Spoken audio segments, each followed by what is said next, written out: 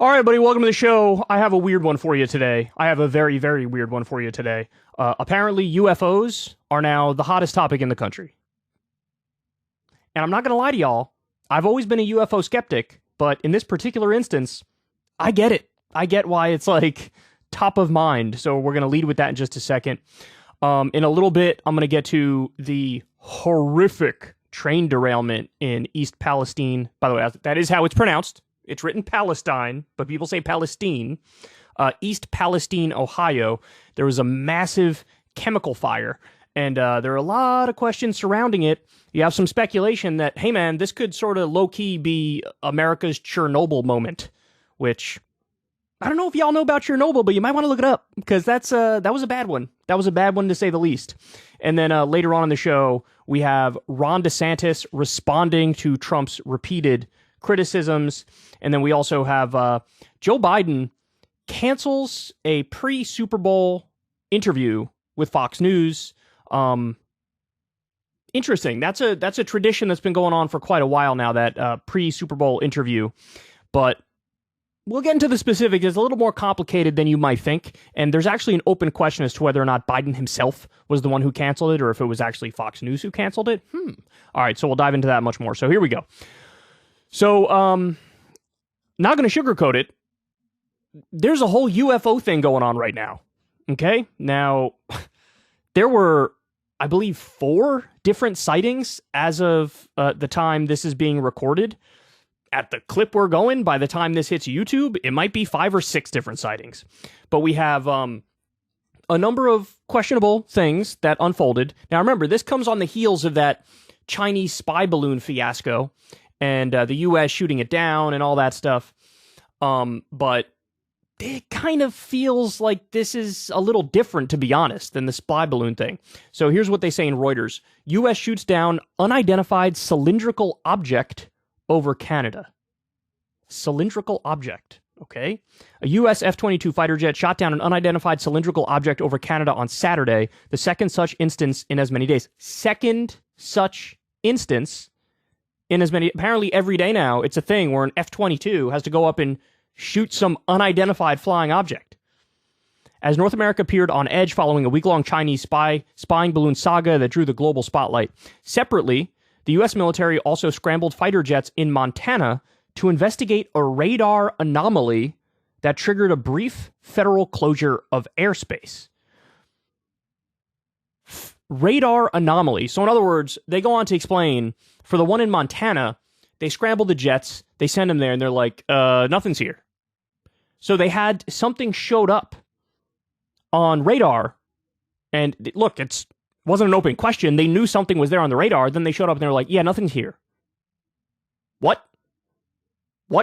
Canadian Defense Minister Anita Anand declined to speculate about the origin of the object, which she said was cylindrical in shape. She stopped short of calling it a balloon, but said it was smaller than the Chinese balloon shot down off South Carolina's coast a week ago, though similar in appearance.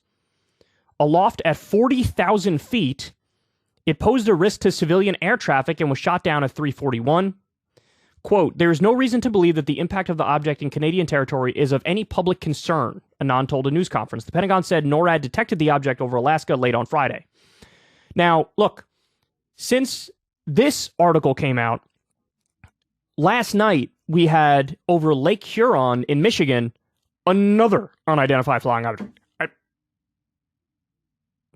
All right, getting kind of weird. Now, one of the things you do to take the temperature of a moment like this is, well, what are like the reputable news outlets saying, right? What's CNN, MSNBC, Fox News, Nightly News, all these people saying? Well, have a little clipskis here for you. So this was casual conversation over on CNN, and look at the language that they use for this. It's interesting. This is kind of unusual that these pilots saw different things, and that is sort of, I guess, adding to the mystery of all this. Yeah, not even the pilots apparently were really able to identify what they saw. And just to take you back for a sec, on Thursday, the U.S. defense officials sent F-35 fighter jets up to try to figure out what this object was that was flying around near Alaska. Those pilots, we have learned, have given very conflicting accounts of what they actually experienced, with some pilots saying that the object interfered with the plane's sensors, other pilots saying that they didn't really experience that, other pilots pilot saying that when they looked at the object, they could identify no identifiable propulsion system, and they did not know how it was actually staying in the air, cruising at that altitude of about 40,000 feet. So this has all added to the Pentagon's wariness of describing in more detail what this object actually is until they can get more information through the debris that they are recovering right now. Interesting. This is. Well, now understand something, guys. I'm a relatively skeptical dude, especially when it comes to stuff like this. But there's so many little tidbits and facts in this story that are just giant question marks. Like, hey, what's going on? They say there's no known propulsion system for it. So in other words, it can move in ways that humans haven't figured out yet how to move it like that. Okay, so of course, this first thing that came to mind was that 60 Minutes piece that came out a little while ago. This was from May 17th, 2021. Navy pilot tells 60 Minutes, U.S. government sees UFOs all the time. Quote, every day for at least 2 years. Even if that's an even if that's a massive overstatement, if they're seeing one every 2 weeks, that's a little bit concerning. That's a little bit like, huh? What's going on here? In a report from 60 Minutes, former military pilots explain some of the UFO or UAP sightings have been seen or followed for a very long time. Former Navy pilot Lieutenant Ryan Graves' voice is the one that was heard on the now infamous video captured by U.S. military pilots that still can't be identified.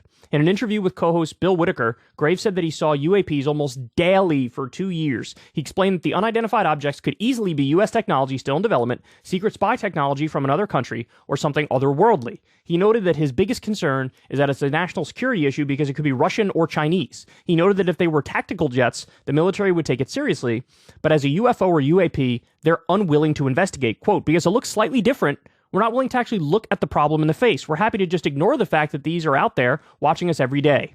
In a 2004 incident, radio,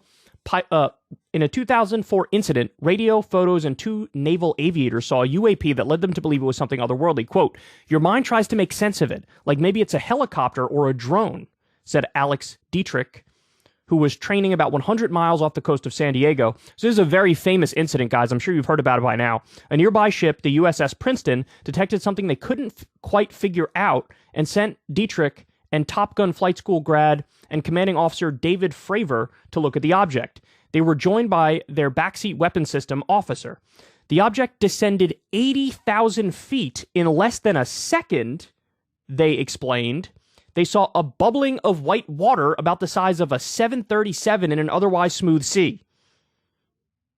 Huh? So again, they go on to say this thing moved in a way that we don't have any technology. We're not even close to any technology that can move in this way. Look, I'm just a simple talk show host. I have no idea what's going on here. I have no idea whatsoever. And so, again, I'm a skeptical dude. Like, here's my gut response when I see any of this stuff is very simple. I need more evidence. I need more evidence. I need more facts. I need more proof. I need more data. I mean, and look, the thing that always gets me, remember this video? You can see the screen cap here for a minute, and they show this in the 60 Minutes piece. But, like, why is it that whenever you see a video of a UFO, it's always some shit that looks like it was recorded in 1968? Like, why is it black and white? Why is it grainy as hell? Like, I want to see a little more HD on these videos to understand what's going on here. Now, having said that, I remember when I was in college, we had to do a presentation. I forget what class it was. But one of the kids did a presentation on UFOs.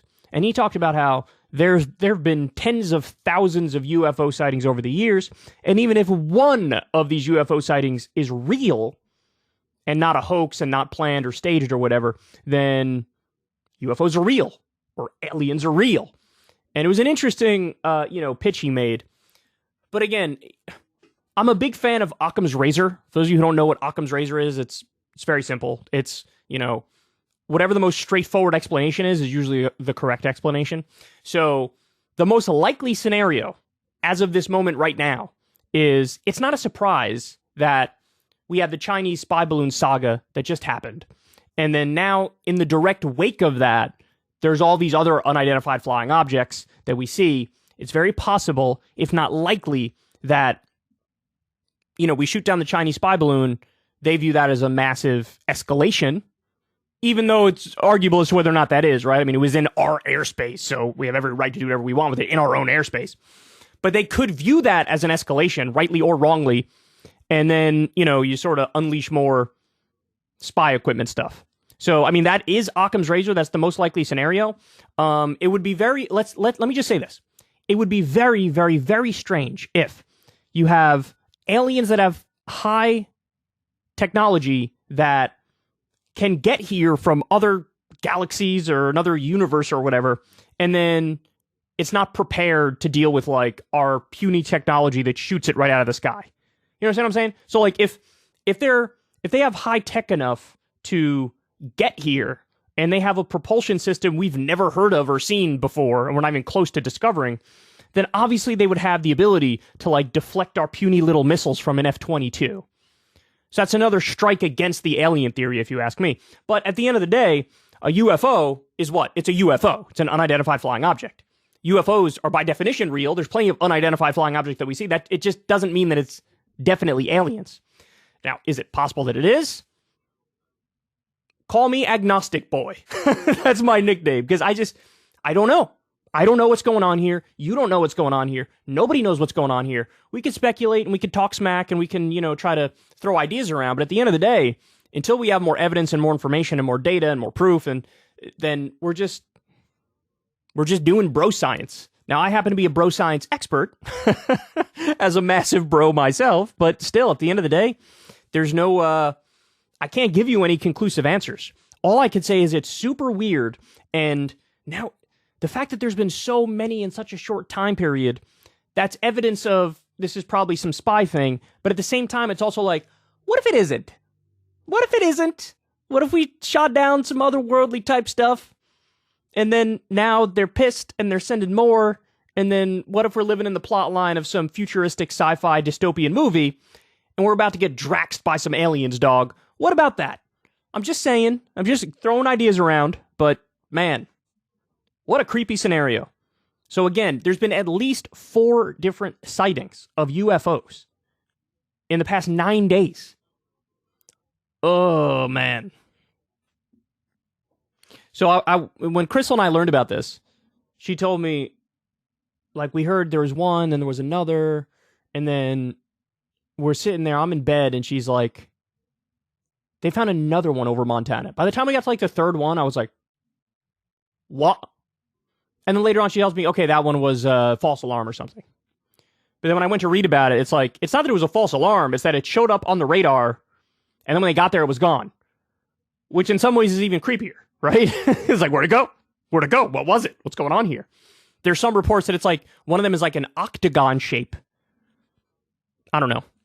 Again, Occam's razor, some spy stuff going on, but it's also possible Occam's razor is incorrect. Or it's possible that actually isn't Occam's razor, and the fact that you have weird propulsion systems or whatever is quite a tell. So I'll leave it up to you guys. I mean, it's a juicy story, but, my lack of expertise here is clear.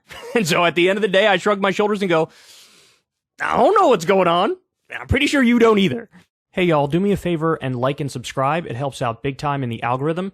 Click the bell as well for notifications when videos drop, and watch that video on screen right now. You know you want to.